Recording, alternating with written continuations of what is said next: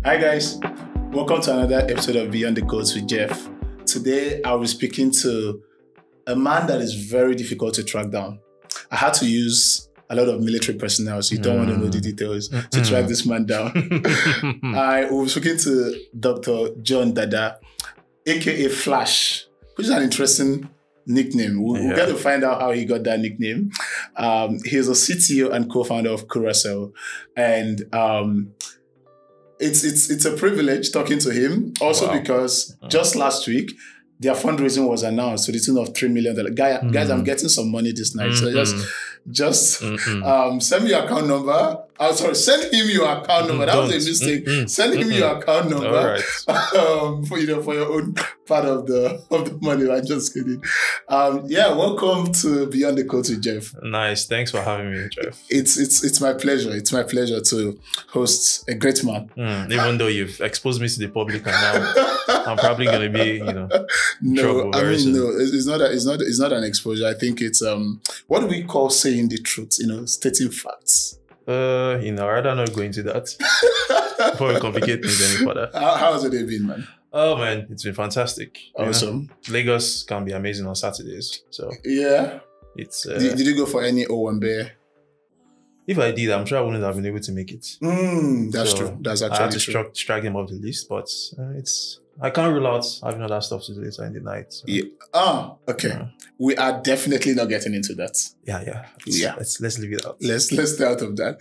All right. So let's meet you. Beyond being the CTO of Curacel, which we're going to talk a lot about. Who is Flash, or should I say Dr. John Dada? Which one are we meeting today? Flash. Dr. Flash. Okay. Who is Dr. Flash? Yeah. So let's just say is this very weird dude. Okay. Yeah, so I grew up being referred to as weird a lot of the time. Oh, really? I'm full-blown geek, full-blown nerd. That guy that always had his backpack around him because he was always with his books. Yeah. Back in school. But one thing people didn't realize was behind the scenes, I loved puzzles. I loved solving problems. Right? That's your nerdy. I mean, yeah. So what can I say? I thought you wanted to say something different. You're still a nerd. Of course, it's being true to your identity. Right? Yeah. Okay. But the interesting thing is, a lot of them wouldn't see you that way. All they see you as is this dude that is weird, right? He likes books. He talks about weird stuff. But they forget the fact that when they are not there are some crazy things you actually do that would blow their minds if they knew about them. Like solving puzzles. I mean, that's like the same as reading books. No. So when I meant puzzles, I'm not referring to actual jigsaw puzzles. Okay. Right. So I mean like situations. Right? So let me simplify everything I'm saying. Okay.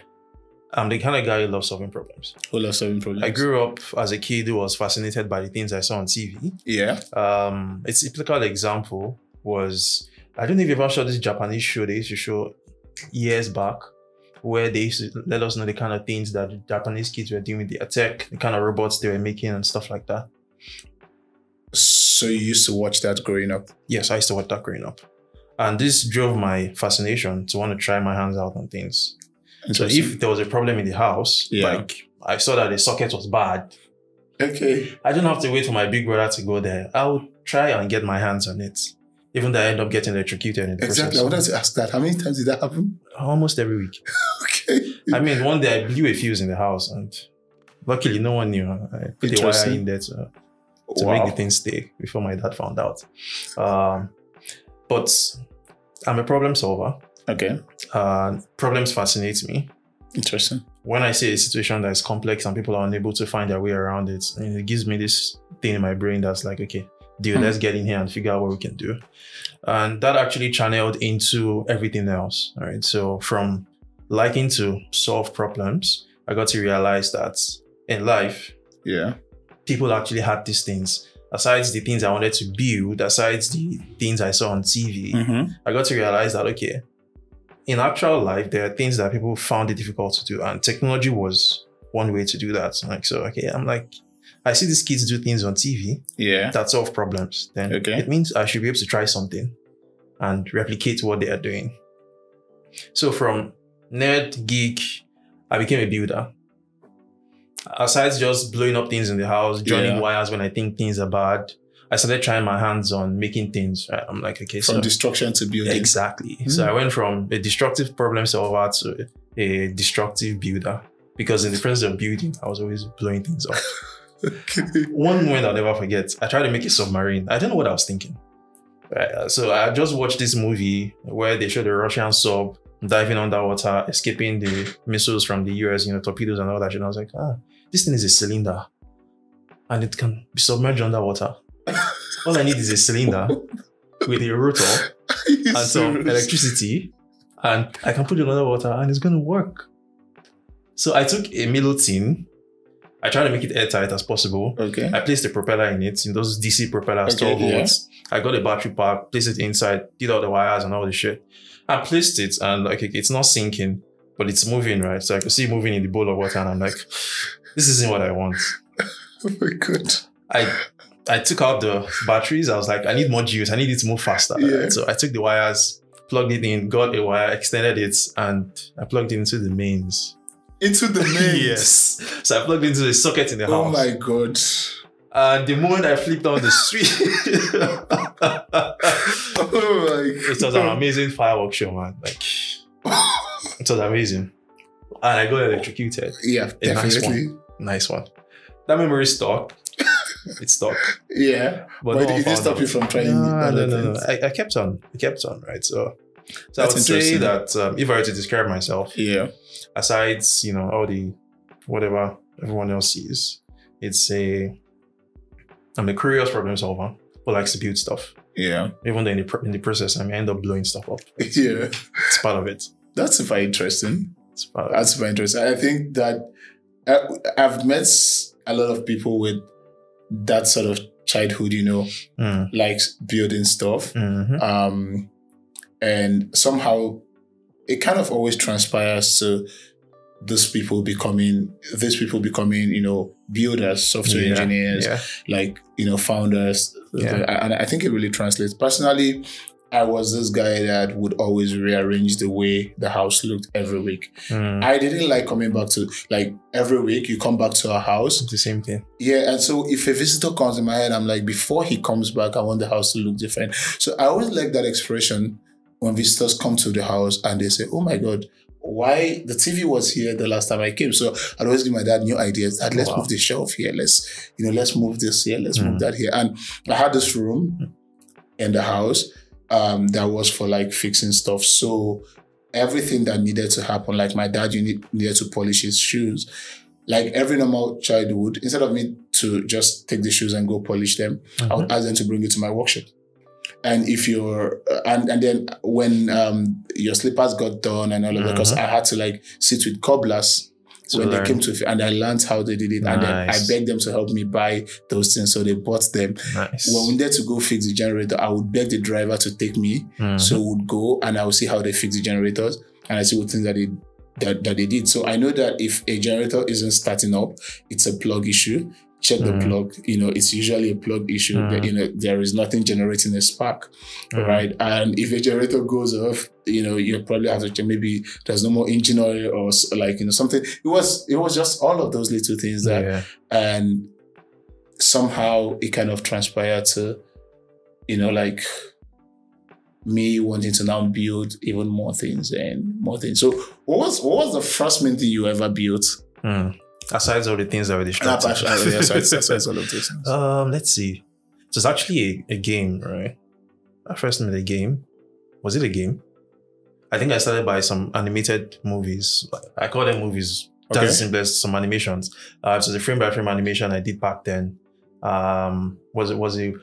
Funny enough, it was a moving submarine for that matter.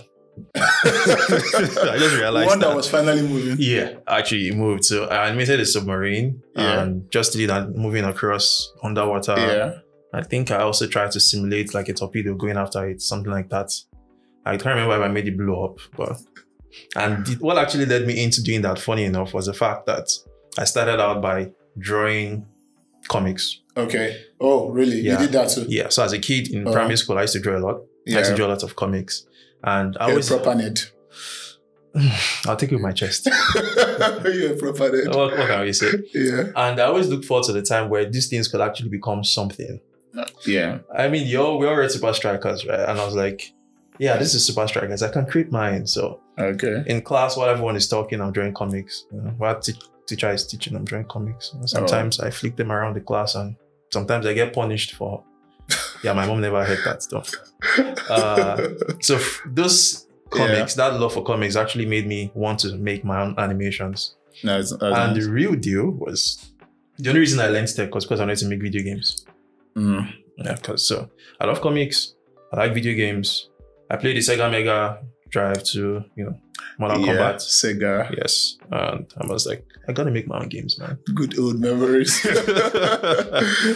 I played Sega as well, Mortal Kombat. Oh yeah. Yeah, I love those games. Yeah, don't make me laugh. I did. Interesting. Let's talk a bit about Curacel, about the work you're doing at Curacel. How did Curacel come about?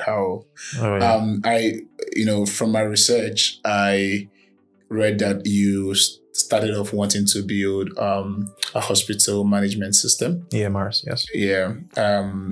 And then ended up at Curacel. That's quite a pivot. How did that happen? So the name has always been Curacel. Okay. So the current version of Curacel, that is insurance tech, was a pivot from health data management. So the old idea was the electronic or the health system is broken in Nigeria, in Africa, right? I'm a medical doctor. Yeah. I was in medical school. I went through the training. I could see these problems, right? My co-founder, Henry Mascott, he also had first-hand experience with some of the things that could happen when health systems are broken due to poor data management and all. And he had started it along the line, and somehow we got to find out about each other and we connected. And the whole idea was, it's very difficult to get your data in the hospital these days. Yeah. Especially if you have to go from hospital to hospital, one reason or the other, your data is missing, they have to bring out records, and it's just a mess, right? So let's make this thing digitized. Yeah. Let's make it centralized, so that even if I'm in Eco Hospital today or I'm in Lagoon Hospital tomorrow, my information or my treatment history is available, all around, wherever I need to get to, right? And while trying to do that, we had just realized that these hospitals don't care. They don't care. They don't care, man. No one, all they care about is money. Yeah. They're here to run businesses. They need to make sure their bottom lines are working. I really think that's an entirely different conversation, right? Absolutely. That needs to be had about how innovation can only solve problem where, the parties involved, right, are even interested in the progress, right? So it's not all about just building fancy tech. Sometimes you have those gatekeepers that would never allow the tech to thrive. Yeah. That's such an important conversation. I hope it's had one day. No, for real. Yeah. And to be honest, you actually can't blame them because they run in a very tight economy. Yeah. Where the government itself has not been able to sort out the healthcare as an industry, as a sector. So they need to make ends meet. They need to make margins meet. They need to pay doctors. They need to pay staff. They need to pay rent. So we realized that all they cared about was their money. So we're trying to sell them software to make their work more efficient. Was talking to, a wall. And we realized that, one of the things that actually happens in their financial activity is insurance claims. Because they have to file insurance claims to the health insurers. And they have to get paid for those claims. Yeah. And we're like, this actually seems like a problem because they were doing it on paper. So all those claims they had to file them on paper. They write the name of the patient, the number, the patient has to thumbprint or sign. They have to pile them up at the end of the month, and they have to send it to the insurer, to the health insurer. And the typical hospital is probably working with maybe 5 to 10 HMOs. The big size guys are working with all the HMOs. Yeah. And imagine having to deal with 10 different HMOs or 20 different HMOs. Exactly. You have to send claims to all of them, organize them. That is hard work for the hospitals. Yeah. Come to the insurers collecting the claims. They have hundreds of hospitals sending them these things every month. And when we saw this, we were like, there might be something here. Yeah. So, the typical process, right? We went to find one insurer that we had a relationship with, spoke with them. And they were like, man, we have one. They mentioned one hospital. I remember that conversation very well. It was like, we have one particular hospital. Yeah. They send us over 1,000 bills every month. Okay. They had a problem. And we're like, So the whole thing about talking to your customer first. Yeah. So we didn't just go and start building stuff. So we went through the process. Right? So we spoke with the customer, allowed them, let us understand what their process was like. We actually like sat down there, watch them do it, take the paper claims, verify the claims, vet the claims, the entire process, the entire pipeline. And someday, I don't remember how long we spent building the MVP, but we eventually made an MVP and made them test it. Oh. And before we knew it, like in 2 months, we're having numbers increasing, number of claims growing 10%, 20% every month. And we're like, okay, I think we just found something that works. That's so cool. Yeah. How important do you think your background, right, as a doctor, which is an entirely different conversation again, right? But how important do you think it is in being able to execute what you did at Curacel? Because I think that sometimes we get lost in engineering or in coding, that we forget how important domain knowledge is. Absolutely. Yeah. It was important, to be honest, because we got to a point where, aside just collecting these claims for the insurers, we had another idea. The claims have medical data in them. Okay. The work that the insurers do to make sure that the claims are accurate usually requires them to carry out clinical vetting. So they get medical people, doctors, nurses. Oh, really? Yeah, to sit on these claims. So a typical health insurer in Nigeria, maybe in other parts of Africa, which is the way it is, has a room of like 5 doctors, 10 nurses, depending on their size. Wow. Looking at one claim at a time. Wow. So as a doctor, if I'm working in an HMO right now, I'm going to check, this person was treated for malaria. Which drugs were given to him? Did they give him drugs for hypertension? If they gave him drugs for hypertension, I strike it out. It's not allowed. Oh, wow. Because that's how it works? Yes. Because the hospitals want to get more money from the insurers. So they give them more expensive. Oh my God. So they create fraudulent claims, which was how we went from just claims collection to fraud, waste, and abuse management. So we help the insurers detect fraudulent claims and ensure that their claims are not wasted. So what I was actually even trying to explain was that there is a clinical knowledge that is involved in that process. So a doctor actually needs to look at the diagnosis. Yeah. Because he's a doctor, he knows what it is. True. And you give a certain drug that doesn't make sense. And I'm like, bro, so what's going on? Why now? How far? Strikes it out. The only problem is that they have to do this at scale. Yeah. And when you have humans doing things, people get tired, people get worn out. Sometimes they just go. Let's just approve it and move. And you start having claims that should not be paid being paid. Yeah. And they start losing money. Exactly. So we built a feature, or built a separate product on top of our claims collection system, which we call detection. What it does is that same thing. So what a doctor would have done to check the diagnosis and compare with all the treatments that we're given. We built a product that does that. Automates the entire process. And obviously to do that, you needed someone who understands what they do. Yeah. Right. So my knowledge of medicine was like, just made it super easy. That's crazy. I can imagine myself, if I were trying to execute a product like that, I probably have to call all my medical friends that I've not called in years and just tell them, I've been thinking about you. I just, and they'll know that something is up. Wow, that's super important. So the main topic for what we're discussing today, of course, which I think we've been in the line of, is from engineer to leader, right? How to make that transition a successful one. And you've been on both sides of the divide. Yeah. Right? So what was it like being an individual contributor? That is like the best day of your life. Or like the best moments of your life. Really? The moments all you have to do is be a contributor. A lot of people would disagree. Well, so that also brings us to different kinds of engineers. Yeah. Because, I think I'm jumping, but one of the things we have to do is understand the kind of engineer you are dealing with on the team. If this person actually loves being a contributor, or this person wants to go into management and leadership and dealing with people. Because some people have this mentality that the ideal path for every software engineer is you start off being an intern, a junior, intermediate, team lead. Maybe you then become an engineering manager. Yeah. Someday become a CTO. That kind of thing. Yeah. Like everybody has that idea. Not so many people for real. I agree with you, and it's not always the case. Exactly. So, what kind of engineer were you? Were you a mobile engineer, front end, back end, full stack? Oh goodness, I think I've probably tried my hands on every language that existed while I was learning. Okay. Because I know while I was 12, so when I was 12, I started doing Flash, Macromedia Flash, which is ActionScript.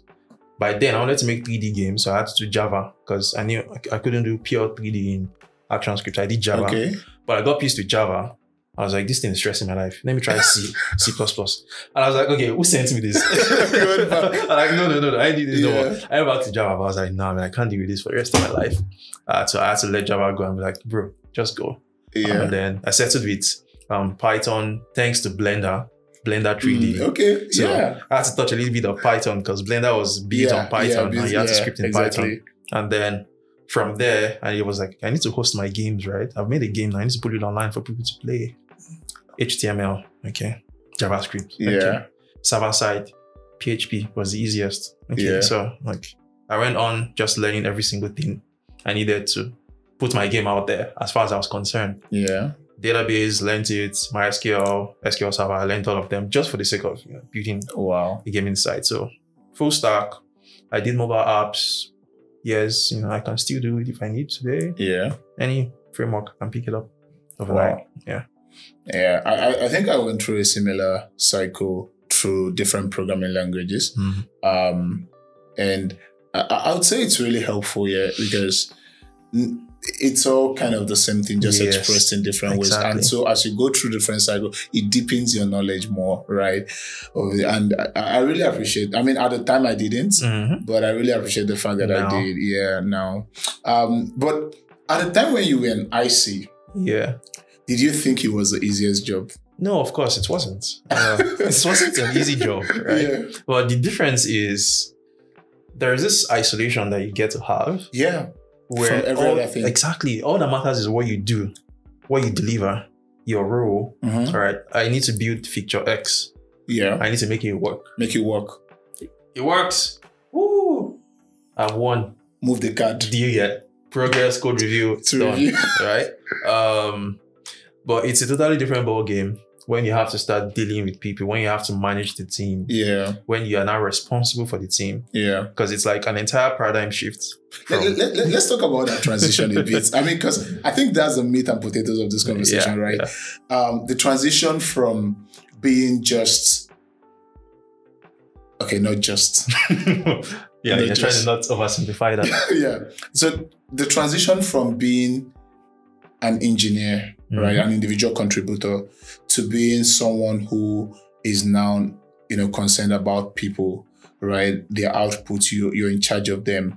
Because a lot of days, even as a manager, I had myself going to review PRs. And then in the middle of it, you're like, this is not what you're meant to be doing. Get out of here. Right. But it's just that reflex, right? So how do you go from being someone who is, focused on the code to someone who is focused on the people? How did that transition happen for you? Was it a smooth one? For me, if it was smooth, man, I really don't know if I have an answer to that because it was a rocky ride. It's kind of challenging. Yeah. When you are fixated on a certain way of doing things for a larger portion of your life. Yeah. And all of a sudden, you have to start dealing with certain kind of things. Start dealing with managing people to do what you were doing and making sure that they were doing it up to a certain quality as you are used to doing it. Otherwise, what is the point of you being there? Very key. Right. I remember my first hire in Curacel because when we started, I was sole engineer, single engineer, built out MVP. We started getting clients and then I'm like, okay, I can't do this shit by myself. Yeah. So my first hire on his first day, he pushed to master. And I was like, because I just noticed that I was getting alerts on our monitoring channel. I was like, what's going on? Did something just break? And then I went to Bitbucket. What? Dude, you pushed the master. I was like, oh. It just dawned on me that, okay, that was my fault. Right? Obviously, he made the mistake, but that was my fault. I am the manager. It's my responsibility to make sure that the necessary controls are in place. People do not make mistakes they ought not to make, right? And I was like, am I going to have to deal with things like this for the rest of my life? Right. So the transition had different stages for me. So even prior to being in Curacel, prior to founding Curacel, there were other things I did that involved working with people. Yeah. And I would say luckily for me, those actually gave me some insights into leading people. You know, so a lot of stuff from charity organizations to fellowship on campus, you know, all that stuff.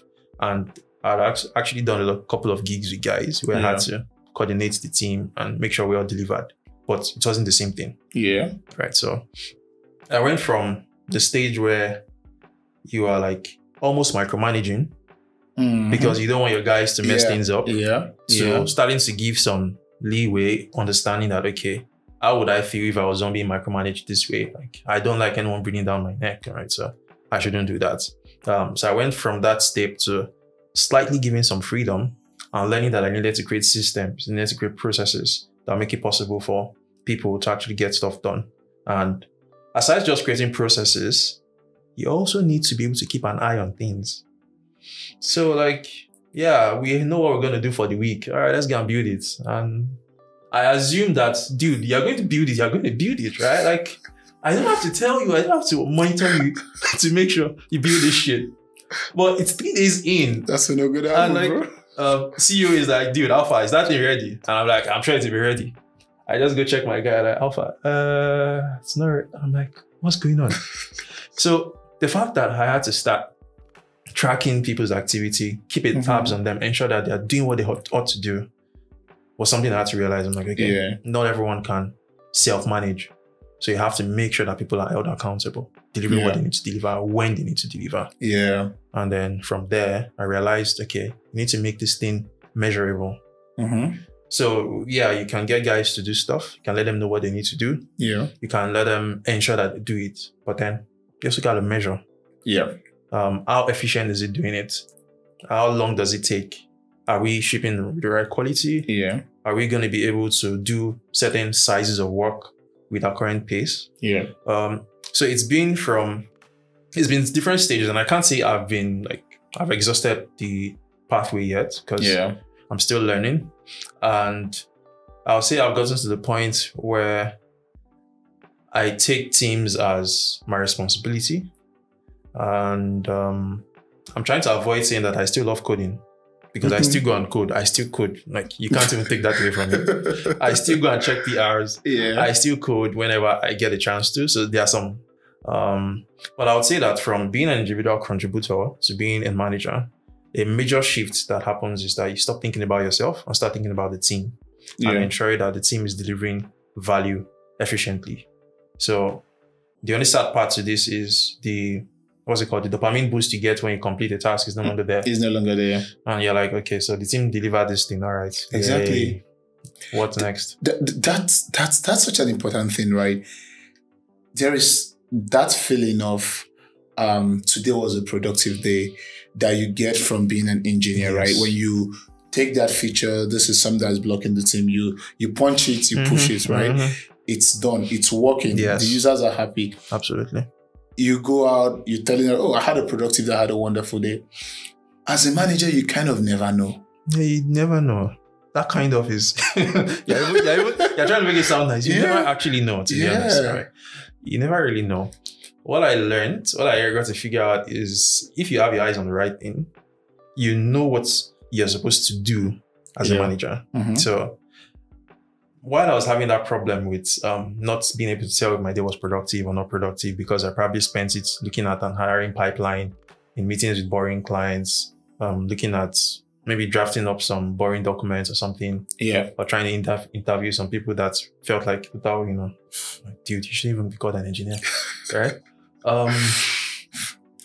I have a day full of activities. Yeah. And at the end of it, I feel like I've done nothing. You've done nothing. But I'm so exhausted. You're sitting in meetings and meetings and meetings, right? And you're writing documents. So it got to a time for me where I would write my to-do list and I would write the technical tasks and write the administrative tasks, the documents I had to write, the meetings I had to be in. And guess what? I would do all the technical tasks first. I would keep on. When it's time to do the admission, I say, okay, you know what, this one can hold on. Yeah. You pick up another technical task. So you just want to keep going in that direction. And it's such a transition to make. And I think that people don't like speak enough about how much, how difficult it is to make this transition. Because it's even more of a mental transition than anything else, right? Absolutely. So at a point I had to see something go wrong, right? Like with the work, you see, you push the wrong code. I could see the error, but then I had to tell myself, you're not going to fix it, right? So I had to call the dev, get him on a call and say, this is what went wrong. Now go fix it. All right. And getting to that point wasn't... No, it's not going to be easy. I can imagine what it was like. I can imagine. It wasn't. And I think the balance between... And you spoke about something lightly, but the balance between ownership and oversight, right? You want to give ownership, you want to give autonomy, but then you want to maintain oversight. Absolutely. Right? Because you still take responsibility for outcomes. Yes. Right. Yes. How do you balance that? That's a tough one, to be honest, because if I think about it, I understand everyone's capabilities on the team. Yeah. And so we know that there are tasks, there are things to be done that require higher levels of, oversight than others. Yeah. Based on complexity, based on kind of experience that's required to get it done and all. So I'll say that from the standpoint of delegation, there is a way I assign tasks that I feel I really don't need to monitor this. Anyone on the team can get this done, right? I just assign it, all right? I know you guys can get this done. What I even do most of the time is I just ask on Slack, who wants to take this up?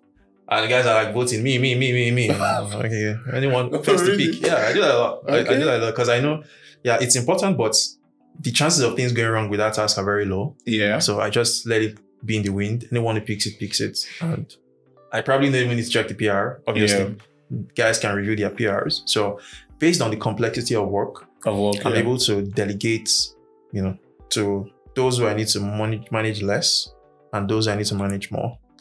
And the oversight thing, generally, I like to make use of the tools, right? So, obviously, we're all used to boards. Yeah. Right? So I had to come up with a mental framework that by a certain time of the day, I should have ensured that everything on blocked column, because you have a blocked column in case your task is blocked, put it there and put a comment, let us know why it is blocked. By the end of the day, there should be nothing on the blocked column. So that if anyone is blocked, I know why they are blocked and they can be unblocked, right? Everything on PR stage, by the end of the day, needs to be cleared out.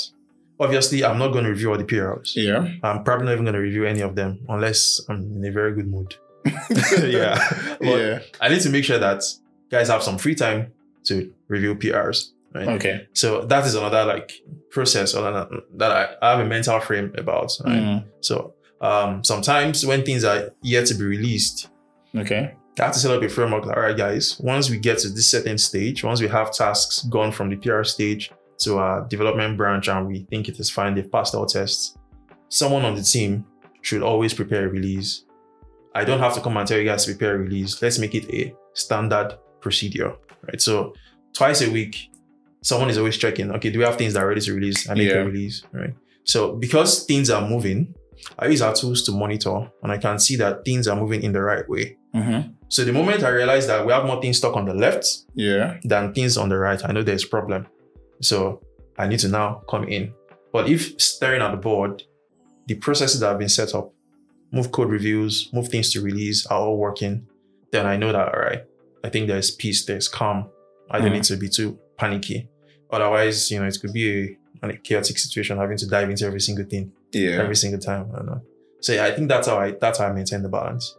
That makes a lot of sense. That makes a lot of sense. So less of engaging with developers directly and more of setting up systems. Yes. That allow you to know what's going on. Obviously, stand-ups help. Stand-ups help a lot. Even though I got to realize that stand-ups can become deceitful in a way, because everyone has come with this mentality that I just need to state what I'm doing, state if I have a blocker, and state what I want to do next. But sometimes people don't really review what is actually going on. What's going on? It's like a ritual we need to fulfill, right? Let's just fulfill the ritual. Yeah. I think I've thought about it so much, and sometimes I ask myself, how can I make stand-ups become something that people love coming to, people actually want to come to, people look forward to, because at the end of the day, everyone wants that feeling of community, right? Every engineer, right? Even everyone that tells you, I just want to feel isolated, I just want to be on my own and all. Everyone feels that isolation, especially with remote work, right? But the problem is that stand-ups and engineering meetings sometimes feel like Judgment Day. It feels like Judgment Day. So you don't even want to come. Right? And so when I think about it, I think about how can I improve this, meeting? How can I create this environment where people feel like, I want to go to this meeting, if this meeting is not holding, and I think I succeeded with that, after a while, but if this meeting is not holding, people are actually reaching out, why is the meeting not holding? I want to have some things to say. One of the ways I found out to work was actually, after a while, so we had this engineering meeting, right? And then we had the engineering all hands, we call it the engineering all hands. It's something that held once a month. And at any point in time, I can DM you and say you're leading the engineering meeting next week. Nice. Right. Nice. So it made a lot of people become more involved. Right. And during those engineering meetings, these are not stand-ups. We had this thing, we had this presentation times where, for example, we had one person who is like the lead for the backend team. So we have kind of sub-leaders who made presentations during those calls. So for that presentation to be accurate, you have to liaise with your team member. So it was a lot of involvement, right? And I think that brought that kind of environment I needed to a very large extent. But so from your experience, when you look at your team and you want to you're trying to identify someone who would make a good leader, right? I mean, that was something I built intuition for over time, by seeing people make bad leaders and seeing people make good leaders, right? You're looking at someone who, this is a guy, I think this guy would make a good engineering manager. What's that thing you look out for? What's that thing you see in people that makes you? So the major thing I tend to watch out for, or that gets my attention, is someone who's able to hold up our culture. So I've noticed it among some of our engineers. There are certain things I do to keep the team running. Okay. And some days I'm unable to do them, and one of the engineers is doing it. I'm like, oh, it's nice. Nice. So there we have a guy, I call him a monitoring guy, because the moment there's an alert on a Slack channel for monitoring exceptions and failures on a platform, he's the first person to check it. Okay. And try and debug it, even without telling or mentioning it to anyone. Right? Nice. Once he checks that, if he realizes that he doesn't understand what the cause is, he escalates. And I'm like, okay, I know I probably mentioned that everyone should do this at some point, but he took it as a responsibility to always do that. And that's not his responsibility directly. That's of course, it's everyone's job in the entire team. I mean, it's our product. We all manage this thing together. So the moment we notice a failure, whoever is free at that point in time should jump at it. But then he's always the first to jump at it. He's always the first to escalate when things arise. And I'm like, okay, this is a good quality.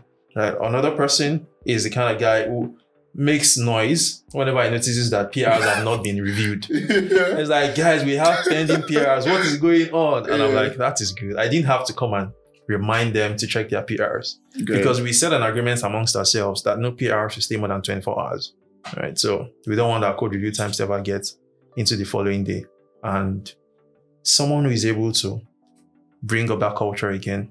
So I just want out for those that hold up our culture. Those that maintain the standards we set for our, the way our code should be written, our code style. Obviously, some things can be done with tools, but there are some things that require humans to still check. And those are the things I watch out for, so I don't end up going into all the details of. That makes a lot of sense. So have you had, people who you've ever spoken to about moving up the ladder, right? And they declined? Well, an outright decline, maybe not. Okay. But in terms of their interests, I've seen that happen. So I have an engineer who all he says is, I just want to write the best code I can write forever. Bro, yeah. And sometimes I'm like, okay, so yeah, you're getting better at coding. Are you not thinking of maybe trying your hands on a little team management? It's like, no. I'm enjoying coding. Yeah. I want to learn on that language. Yeah. Like growth for him is learning more languages, learning more tools, being better at them, getting more depth. Yeah. So that kind of person, I wouldn't force leadership on him. Right? That's while I have other team members who that can fit are thinking about becoming leaders someday. They've even asked. I think it keys very much into what you said earlier, right? Yeah. About the stereotype around engineering pathways, right? Absolutely. And so how is the engineering path at Curacel today designed? Do you have a path for more technical folks, who wants to stay technical, right? And a different path for people who want to go into management? Yeah, so to be honest, I wouldn't say there is like a, well standardized path or structure. Okay. Because we're a startup, right? We focus on building and getting things out. But I would say that what the path looks like right now is such that almost everyone has to become a leader at some point. Yeah. Now, you might not have to become a managerial type of leader, but you need to take responsibility of something. So even if you do not want to become an engineering manager, you could stay as a team lead and be in charge of the team technically wise. Right? That makes sense.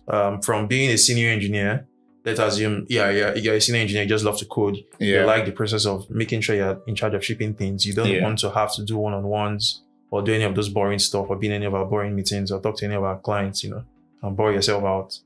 You can be a team lead, right? A technical team lead and stay there. That makes sense. So that is how I make that leadership thing available for everyone. So you want to become managerial? Okay, we'll work together. Yeah. You don't want to get managerial or handle your team technically. We'll do the rest of the stuff, but you ensure that the technical work is done, right? Yeah. So that's a dichotomy. I mean, I think that's really important, and emphasizing that for the engineers. One of the things I had to do my very early days at Keeper was actually before I even hired my first engineer was to plan out a pathway. Wow. Yeah. Because I had worked in teams where I didn't see a pathway, right? And in teams where I saw pathways, and I kind of saw the difference it made, right? Because people could now work and build their career towards a direction. Because it's not just the fact that, hey, that you can move from being a senior engineer to a tech lead, right? But you see that there are clear-cut requirements, that needs to be met for you to become a tech lead. And I think it also helps with retention in terms of talents, because it's like, I'm about to become a tech lead in this company in the next 3 months. And then there's this other company trying to poach me. Then I'm trying to wait like this. I mean, if I go here, it might take me longer to achieve that or stuff like that. And I think it really helps. Yes, it does. Yeah, creating that pathways for your engineers. But I'm curious though. Yeah. You had not hired any engineers and you were thinking about this already. Yeah, because okay, so I think why this happened for me was that before Keeper we had AfriCave, right? I remember all we did at AfriCave was help other companies source for talents, right? And so we saw talents churn at companies, right? We saw reasons why some companies retained the talents we hired for them. And so I hired a lot of engineers for other companies, right? So when it came to doing that for what we were building, it made sense. Yeah, there was a lot of residual knowledge to lean on and design that. Yeah, I think I'll come pick your brain a lot of things because you've hired lots of engineers. Yeah, and hiring engineers can be goodness. Sure. I mean, I literally it got to a point for me where I come into an interview and 5 minutes into the interview, I probably tell the other guy that he's not going to be a good hire. Right. And it's not by any kind of genius. It's having built the intuition over time. You've heard a lot of things. Because I think building a good team starts from hiring. Yes. right? I see it as an obligation, as a responsibility, as a leader of the team, right? To protect the internal team by bringing in the right people to join them, right? And this is so important because I think it leads me right to my next question. So as a leader, how do you maintain your team's motivation? I mean, the going gets rough and it gets tough, right? So on those days, on those, tough times never last. Tough people do this. How do I maintain the motivation? Yeah. I honestly even wonder if I have a how. Okay. I wonder if I do. But what I realize is people like to be where they are taken care of. Or where they feel like they are taken care of. Because, that's an important distinction. Perception and reality. Should the engineers hear this? They understand what I'm saying. Because it is true, right? Obviously, we can't outcompete Silicon Valley companies. Bro. We can't compete with kind of offers they make and stuff like that.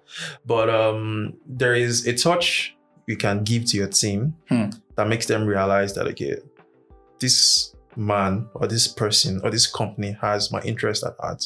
To a certain extent, obviously, won't come and make your bed for you and pat you in the back or help you make whatever. But there are little things that happen on a day-to-day basis.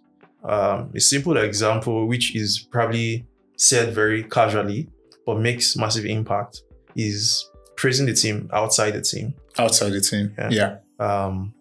And not revealing their flops outside the team. So protecting the team. Exactly. So engineers make a lot of mistakes. My goodness. It's part of the job. Yeah. Like sometimes some things go into production and I'm like, wow. Wow. How did this happen? Like, how could no one have seen this during code review? Yeah.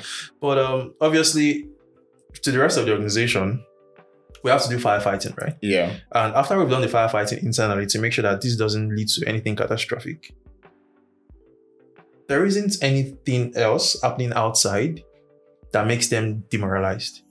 Rather, internally, I make them realize, all right, guys, you guys fucked up. This is what you did. You guys messed this up. But, it's part of the job. We win, we lose sometimes. We do sometimes correct. Sometimes we break things, right? So there is that.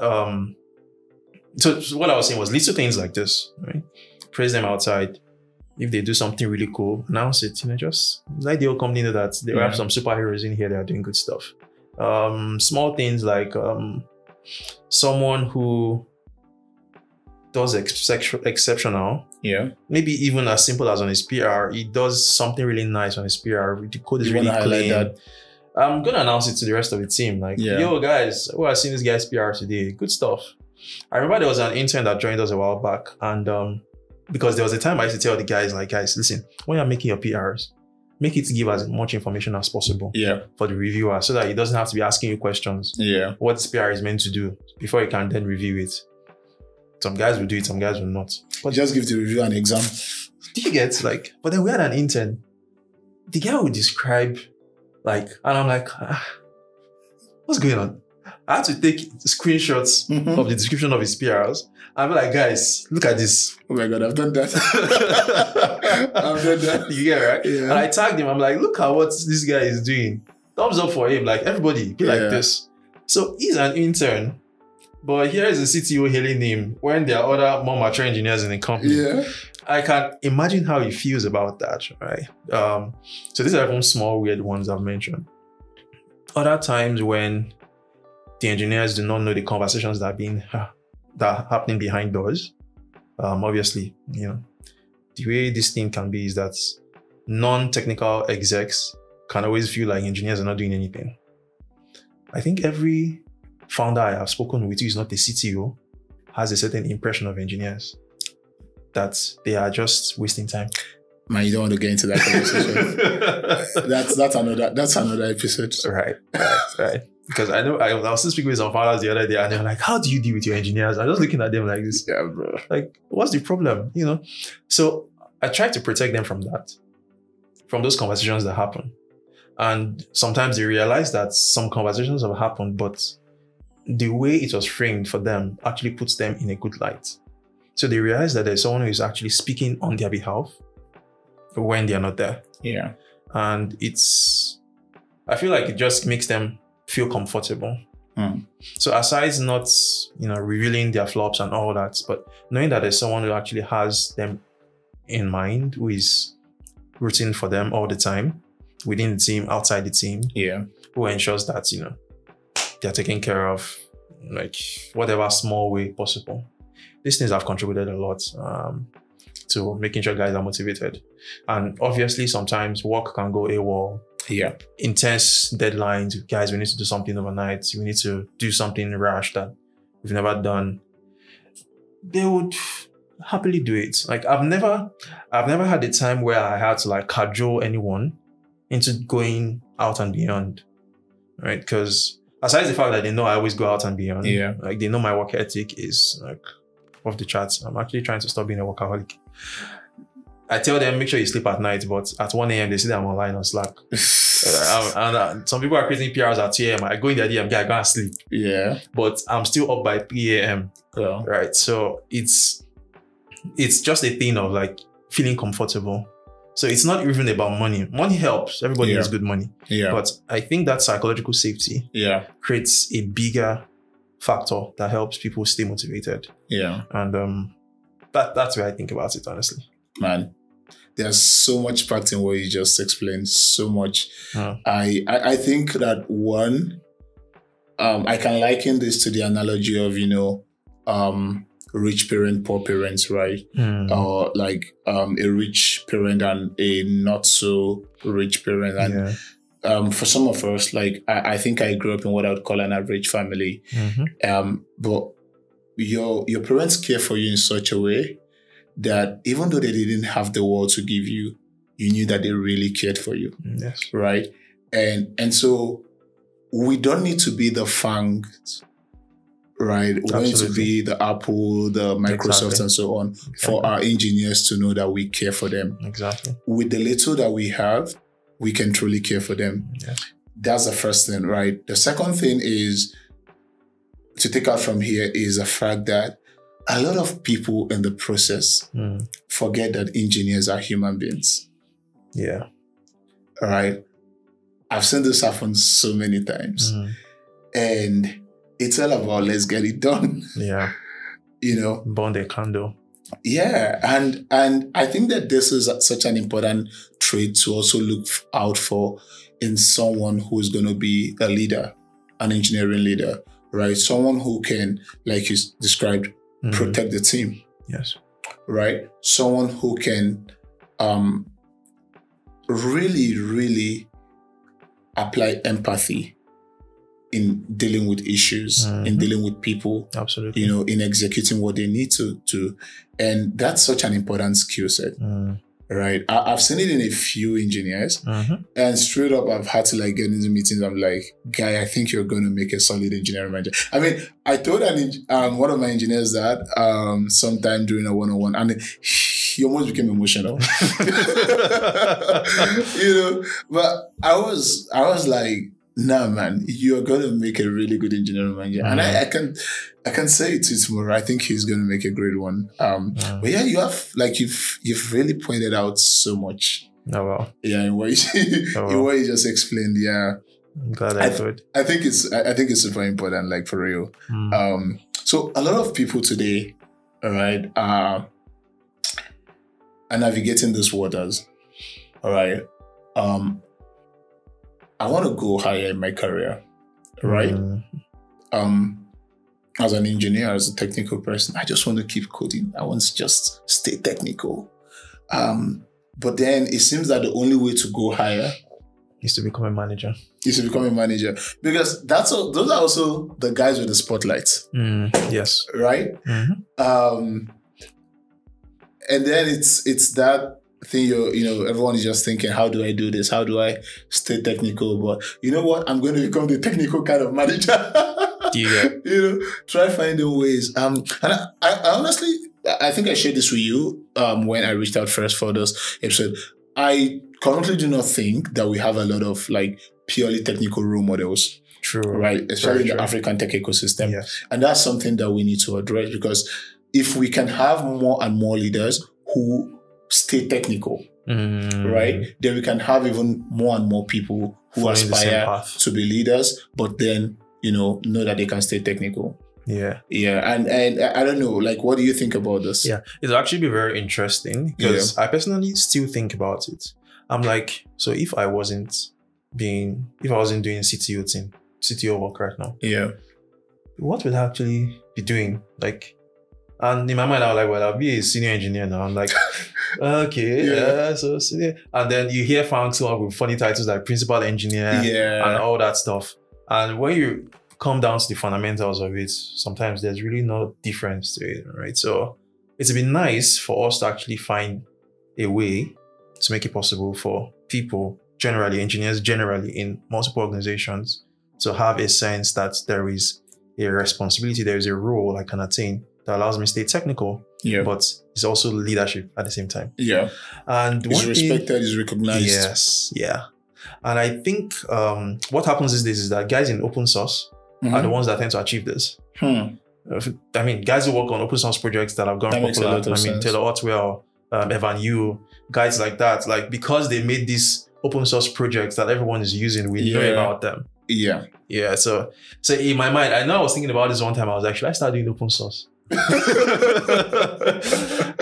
if you check my GitHub, it's practically empty. There's nothing there. Whoa. Like, it's that bad. Because everything I've done all through my lifetime has always been a project for a company, a product for someone that needs to put it out there. I never really got the time to, like, do open source projects or play around and put it out there. And I'm like, so that means no one actually knows that I can write good code. So if I want people to know that I can write good code, how do I do it? How do you do it? So I was also stuck in that quagmire. And maybe it's something we should take up as a project, right? I mean, I'll definitely be interested in something like that, because I think it's important that, people are also recognized for their technical excellence, right? Beyond just managerial excellence or, people who are excellent as business people. I mean, and that's also part of the reason why I started this whole podcast, right? Absolutely. I think that's if we are talking about Curacel, the business, the solution today, we should also have the spotlight on the people who are building the solution, right?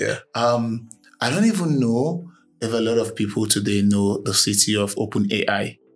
A lot of people know the CEO, right? A lot of people know the OpenAI, but who knows the CTO? She's a lady. Wow. Okay. I'm actually even surprised now. Like, you're surprised? Exactly. I was thinking about it, and I can't put a face to that role. Right? Like, and I'm not even sure a lot of people know her. Right? And I mean, and there's nothing wrong. There's nothing intrinsically beneficial about the spotlight. You get what I'm saying? Like, to the general public. But if doing that can help inspire a lot more technical people, a lot more builders, right, then definitely it's worth it. Absolutely. Yeah. Absolutely. It's definitely worth it. And we think that, I definitely think that a lot more engineers need to understand, like, that these transitions are possible, moving from just being an IC, right, to becoming a leader. Yeah. And knowing that, hey, in being a leader, you don't have to trade off your skill or your love for doing the dirty work. Being in the trenches. That makes a lot of sense.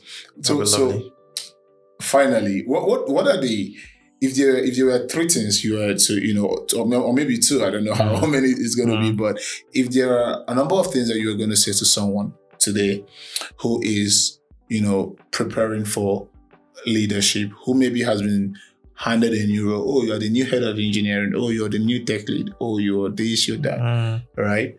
What would that be? Amazing.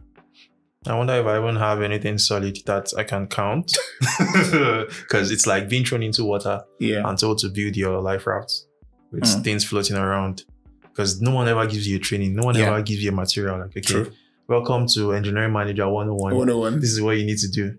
You ain't going to get that, right? So what I would tell someone who finds themselves in that situation is prepare for a paradigm shift. You need to prepare to adjust your mental frame to how you perceive work, because work has changed. It is no longer commit, git, push, bug, test. It is no longer that, right?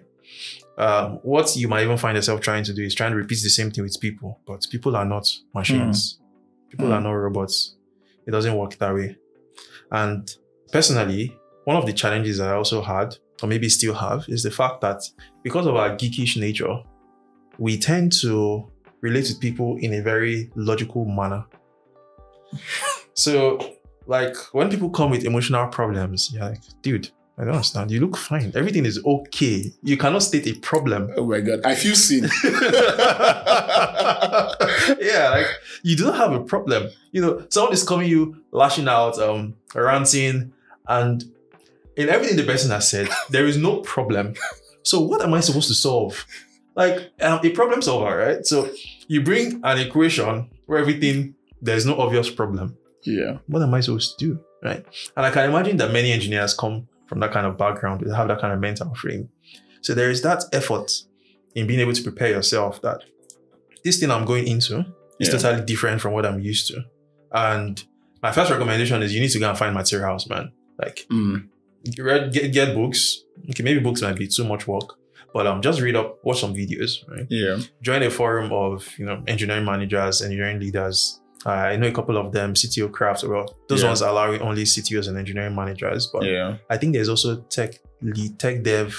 Yeah, there are a couple of them online that you can join, and you find guys in similar positions who are just going into the engineering management or leadership role. Yeah. And you can learn from them, because one thing that I find is that it's a very lonely role. It is. Very lonely role.